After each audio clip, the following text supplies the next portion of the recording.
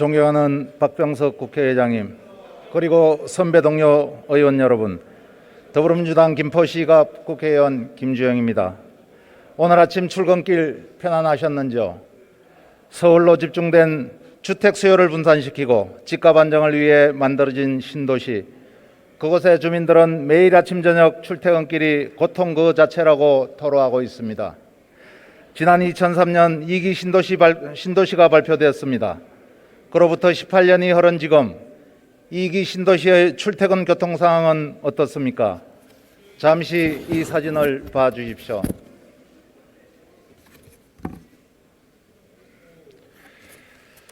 출퇴근 시간에 김포경전철 김포공항역의 모습입니다. 김포경전철은 국가재정이 아니라 오로지 교통분담금 1조 2천억 원과 김포시 재정으로만 건설됐는데 불과 개통 1년 만에 출퇴근 시간 혼잡률 285%라는 전무후무한 지옥철로 바뀌었습니다. 버스만한 객차가 2량에 불과한 데다가 지하 60m 승강장 역시 2량에 맞춰 건설돼 추가 확장도 불가능합니다. 오죽하면 김포 시민들이 김포 골드라인 너도 함 타봐라 챌린지를 시작했겠습니까? 지옥이 따로 없다. 교통이 아니라 고통 그 자체라고 입을 모으는 이유입니다. 이곳에서 신종 코로나19 감염병 예방을 위한 사회적 거리 두기가 가능하겠습니까? 또한 잦은 사고로 안전이 위협받고 있습니다.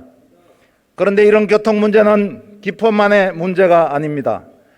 수도권 2기 신도시 9곳의 첫 입주부터 주요 철도 개통까지 걸린 시간이 평균 9년입니다.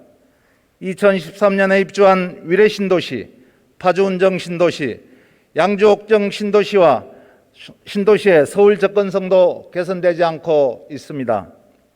존경하는 국민 여러분, 그리고 선배 동료 의원 여러분, 2기 신도시는 교통난으로 인하여 서울 인구 분산과 집값 안정이라는 역할을 제대로 수행하지 못하고 있습니다. 선교통 후 입주 정책으로 기대감이 높았던 3기 신도시에서조차 2기 신도시처럼 되면 안 된다는 말을 하고 있습니다. 교통은 복지입니다. 그러나 최근 정부의 대책은 주거정책과 교통대책이 엇박자를 내면서 정책의 역효과를 우려할 수밖에 없는 상황이 되었습니다. 정부에 묻습니다. 지난 22일 공청회에서 발표한 제4차 국가철도망 구축 계획안은 국가철도망 구축 목적인 지역발전을 선도하는 철도, 그리고 그 중점 과제인 주요 거점 간 고속이동 서비스 제공과 대도시권 교통난 해소에 충실한 대책이었습니까?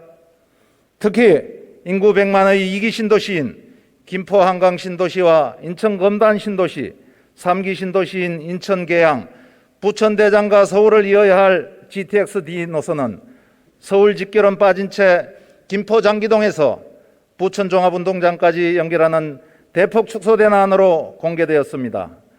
더군다나 국토교통부 대도시권 광역교통위원회가 2019년 발표한 지하철 5호선 김포 연장은 아예 언급조차 되지 않았습니다.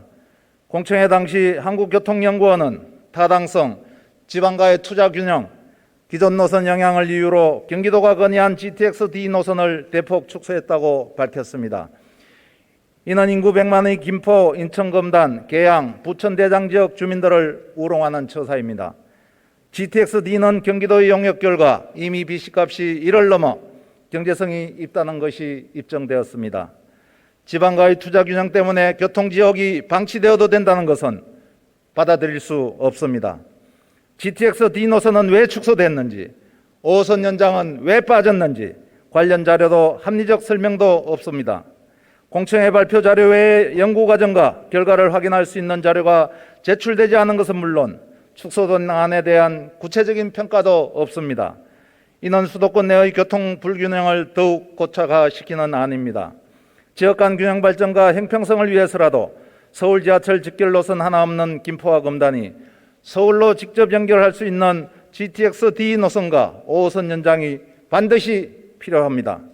홍남기 국무총리 직무대행님, 그리고 관계부처 장관님, 출퇴근 시간 저와 함께 김포 경전철에 탑승해 보실 것을 정중히 요청드립니다. 그리고 오는 6월 확정고시될 제3 다시 한번 검토해 주십시오. 지금이라도 주민들의 의견을 경청하고 고통받고 있는 현장을 직시해 주십시오. 그리고 이를 개선할 수 있는 정책 대안을 마련해 주실 것을 간절히 호소드립니다. 경청해 주셔서 감사합니다.